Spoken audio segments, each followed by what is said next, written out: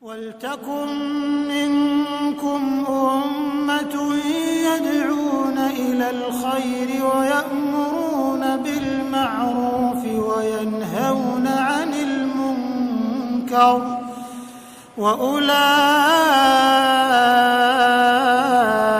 هُمُ الْمُفْلِحُونَ.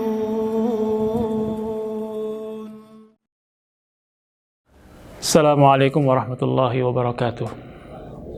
Alhamdulillahi wa kafa, wassalatu wassalamu ala nabiyil mustafa wa ba'd. Seorang sahabat bernama Salman Al-Farisi radhiyallahu an pernah di episode akhir kehidupannya diuji oleh Allah Subhanahu wa taala dengan sakit yang cukup serius. Dalam sakitnya itu dia dijenguk oleh beberapa orang sahabat seperjuangannya di masa Nabi sallallahu alaihi wasallam. Ketika dia dijenguk itu, Salman Al-Farisi meneteskan air mata. Lantas para sahabat yang menjenguknya itu berusaha menghiburnya sambil mengatakan, "Ma yubkika ya Salman?" Apa yang membuatmu menangis wahai Salman? Maka Salman menjawab, "Aku menangis bukan karena penyakit yang aku derita ini. Bukan juga karena saya takut mati. Tapi saya menangis karena terkenang sebuah pesan Nabi Sallallahu Alaihi Wasallam.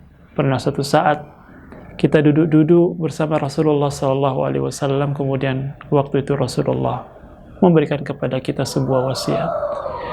Liyakun zadu ahadikum fi hadhihi dunya kazadir rakib.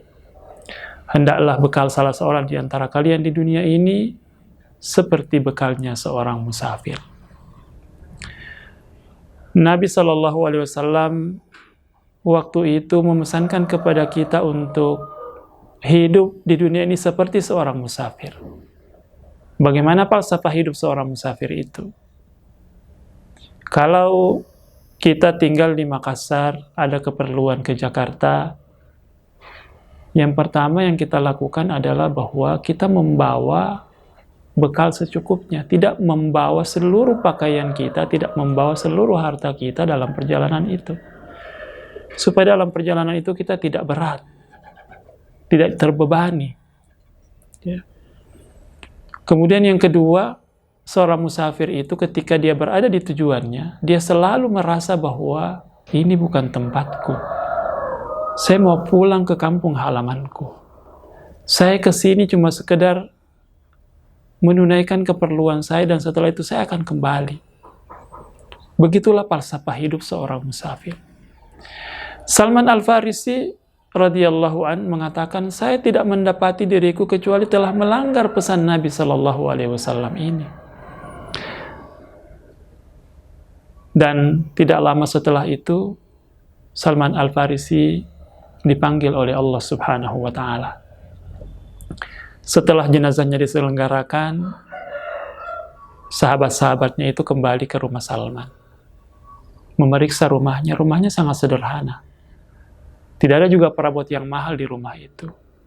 Lantas mereka bertanya kepada keluarganya, apakah yang ditinggalkan Salman untuk keluarganya? Keluarganya menjawab, tidak ada, kecuali yang kalian saksikan ini. Tapi Salman Al-Farisi sangat khawatir akan hisab Allah Subhanahu wa taala nanti di akhirat. Dan merasa bahwa dia telah melanggar pesan Nabi sallallahu alaihi wasallam itu.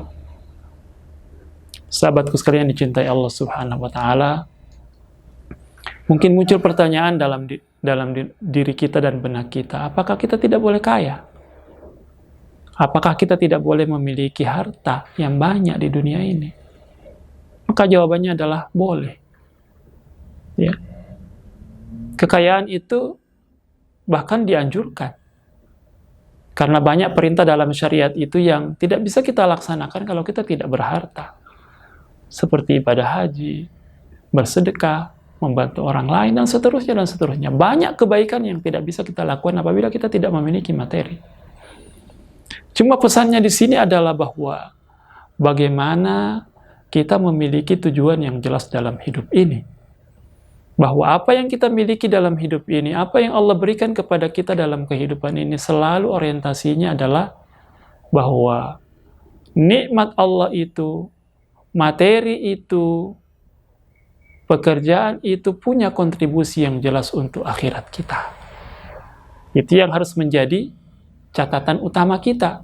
Dan yang kedua, bahwa dalam kesibukan kita mengejar atau mengumpulkan harta itu, mencari rezeki Allah Subhanahu wa Ta'ala itu, jangan sampai melalaikan kita dari kewajiban kita sebagai hamba.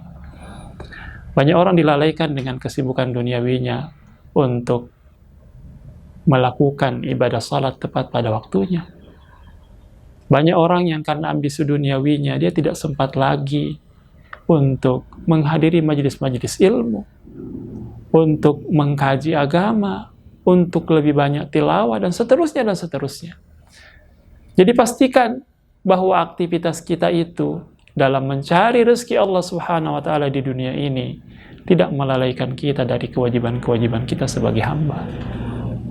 Dan yang kedua yang harus kita pastikan adalah bahwa kita memastikan apa yang masuk dalam kepemilikan kita itu memang legal, halal secara syar'i. Jangan sampai karena ambisi duniawi kita itu membuat kita gelap mata, tidak mempedulikan lagi halal haram. Itu yang akan membuat akhirnya kehidupan kita menjadi tidak diberkahi oleh Allah Subhanahu wa Ta'ala.